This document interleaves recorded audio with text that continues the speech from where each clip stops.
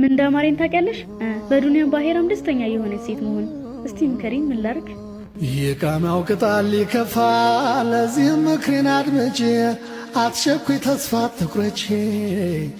ለጓጉለ ርካሽ ዝና የሚጦልቅ ቁንጅና ፈተናሽ ገላሽ ነውና አትጪ አኼራ ዝና።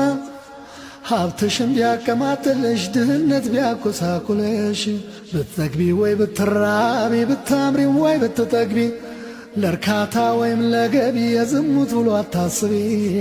ታገሺ በትዕግሥት ያልፋል ገላ መልክ አብሮ ይጠፋል የጀነት ማረግ ያጠፋል። ሙእሚናት ሙስሊማት ሁሉ ጀነት ሙሽራ ሲባሉ ሀብታምም ደሃ የሆኑት መሬት ላይ በአላህ ያመኑት።